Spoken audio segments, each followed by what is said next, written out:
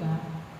Sinabi pa ni Jesus sa kanyang pagtuturo, mag-ingat kayo sa mga iskriba na mahilig maglalakad ng may mahabang kasuotan at natutuwang pagtugayan sa mga liwasan.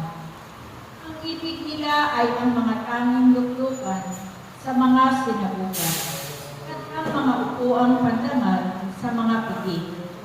Inuubos nila ang kabuhayan ng mga babaeng balo at ang sinasangkalan nila ang pagdarasal ng mahaba. Lalo pang bibigat ang parusa sa kanila.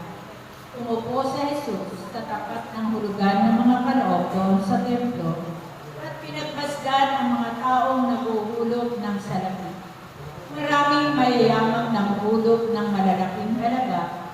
Lumapit naman ang isang babaeng balo at naghulog ng 2 kusig na katumbas ng isang pera.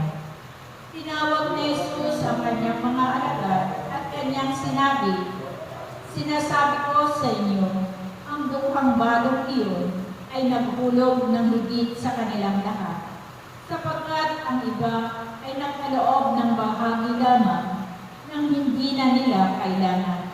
Ngunit ibinigay ng balong ito na dukhang-dukha ang buo niyang ikabubuhay.